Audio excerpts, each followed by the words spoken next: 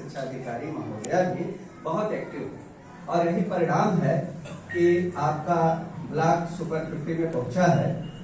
केवल होता क्या है, जब भाई ट्रेन का जो इंजन है वो अच्छे से नहीं चलेगा तो बोगियां आगे कैसे बढ़ेंगी। तो आपके ट्रेन का जो इंजन है, जो आपके प्रखंड शिक्षा अधिकारी महोदया है, आपके आरपी लोग हैं, बहुत अच्छे से कार्य कर रहे हैं और इसके लिए सब लोगों की सराहना करता हूँ, प्रशंसा करता हूँ। और यही है कि कई बार आपको लगता है कि वो अच्छा पढ़ा सकते हैं, मैं अच्छा नहीं कर पाऊंगा, या मैं थोड़ा सा आलसी हूँ। तो आलसी तो भारत में सभी लोग हैं, आलसी तो यहाँ सभी हैं। जो ट्रॉपिकल मानसूनल क्लाइमेट का रीजन है इसको आलस्य की भूमि कहा ही जाता है। यहाँ अक्सर लोग आलस्य करते हैं, लेकिन उनको समय समय पर प्रेरित करने की बात होती है ना। काचू शादी रहा बलवाना वाला आपने स्टेटमेंट सुना ही है। तो यहाँ बीच बीच में आपको मोटिवेट करने की जरूरत पड़ती है और मोटिवेटर के लिए क्या है, जो लीडर है आपके वो आपको मोटिवेट कर ही रहे हैं। आपके सुंदरम सर हैं, इनका मैंने स्कूल में देखा पढ़ाते हुए, बड़े ही जोश खरोश के साथ पढ़ाते हैं, बड़ा अच्छा लगा। मैंने यहीं का जूनियर हाई स्कूल है, उसमें मैंने देखा, इन्होंने कहा अरे सर आप आ गए, मैं छोड़ दूं, हमने कहा नहीं आप पढ़ाइए, मैं बाहर सुन रहा हूँ। बड़े अच्छे से इन्होंने, लीडर को तो यही होना ही चाहिए ना, लीडर को खुद ग्राउंड लेवल पर कार्य करके दिखाना चाहिए। केवल निर्देशित आदेशित करने से कार्य नहीं होता है, बल्कि ग्राउंड लेवल पर उस कार्य को स्वयं करने की आवश्यकता होती है और आपके आरपी करते हैं। मैंने सांगीपुर में देखा कि वहाँ के आरपी केवल आदेशित निर्देशित करते हैं और ज्यादा प्रयास उनका फोटो छुपाने में रहता है।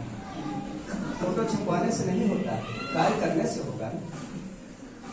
और आप बहुत ही अच्छा कर सकते हैं, सुपर 50 में है, नंबर 1 हो सकते हैं।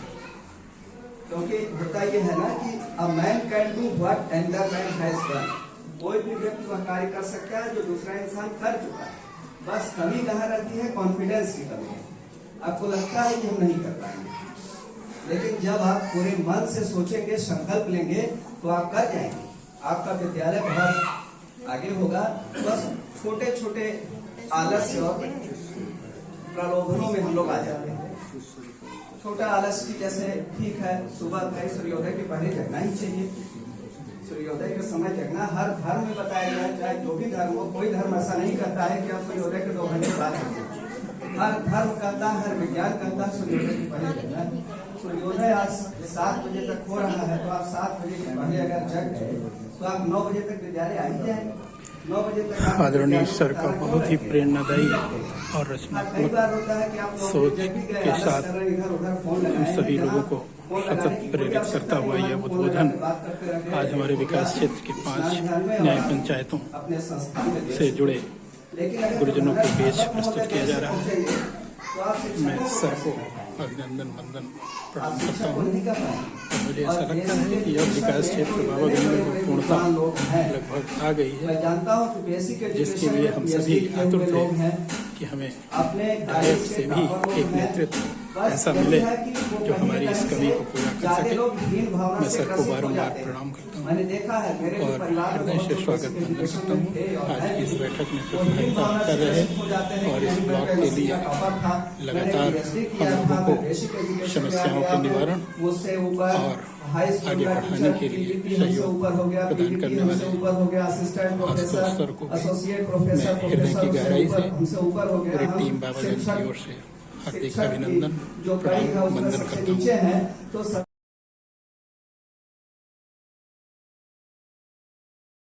प्रतापगढ़ के राज्य संदर्भ समूह के सम्मानित साथी आशुतोष निर्मल सर के द्वारा आज की इस बैठक में उन्होंने अनेकानेक रचनात्मक प्रस्तुतियों का जो अनुभव और दिए गए विभागीय निर्देश थे उसके विषय में अपनी बातें बैठक में उपस्थित सभी प्रतिभागियों के बीच प्रस्तुत कर रहे हैं।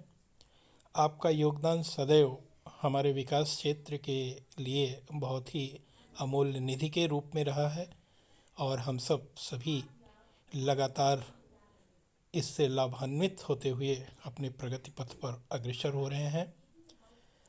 ऐसे जनपद के सहयोगियों का जो संबल, प्रोत्साहन, उत्साहवर्धन हर कार्यों को एक नई दिशा और ऊंचाई देने में मिल रहा है, उसी के परिणाम स्वरूप हमारा यह ब्लॉक लगातार अपनी उस समझ को विकसित करने में सक्षम हो पा रहा है जो विभाग ने हम सभी से एक निर्धारित लक्ष्य को प्राप्त करने के लिए दिए जा रहे हैं। मैं अपनी टीम बाबागंज की ओर से सभी ऐसे सहयोगियों को हृदयान्वित हूँ, आभारी हूँ। शादर।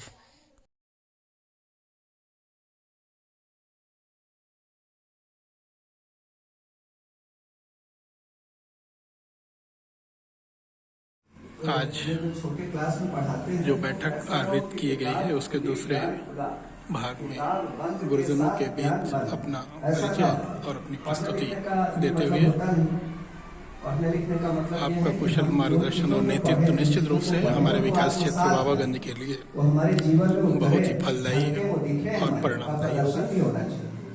केवल होना ही नहीं चाहिए, चीजों का प्रदर्शन भी होना चाहिए। अभी देखिए बात हो रही थी, अब लेखीकरण की बात कर रहे थे। अशोक जी आप लोगों से कहे कि करबद्ध निवेदन है कि आप इस कार्य को करिए। होता है बिना साक्ष्य के तो कोई होता नहीं है। जैसे आपको कोई कहा कि आप लोग ट्रेंड टीचर नहीं है, तो इसके लिए क्या होगा? आप लड़ेंगे कि नहीं मैं ट्रेंड टीचर हूँ, मैं ट्रेंड टीचर हूँ। आपका जो बीएड या बीटीसी की मार्कशीट होगी उसको आप प्रस्तुत करेंगे, देखो भैया मेरे पास सर्टिफिकेट है, ये एविडेंस है, साक्ष्य है।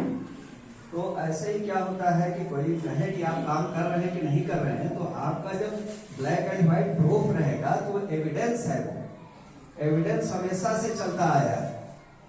बाराती बड़ी बड़ी बारात लोग करके दुल्हा दुल्हन अकेले जाकर शादी कर सकते हैं ना। बड़ी बारात इसीलिए जाती है कि जो बाराती है वो एंजॉय करने नहीं जाते, उनका उद्देश्य डांस करना और खाना खाना नहीं होता है, वो साक्षी के रूप में होते हैं, एविडेंस होते हैं। पहले बहुत बचपन में शादी हो जाती थी, ऐसा न हो कि बड़े होने के बाद मुकर जाए।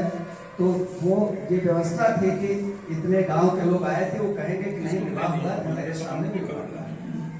एविडेंस की बहुत जरूरत होती है। रही बात ये कि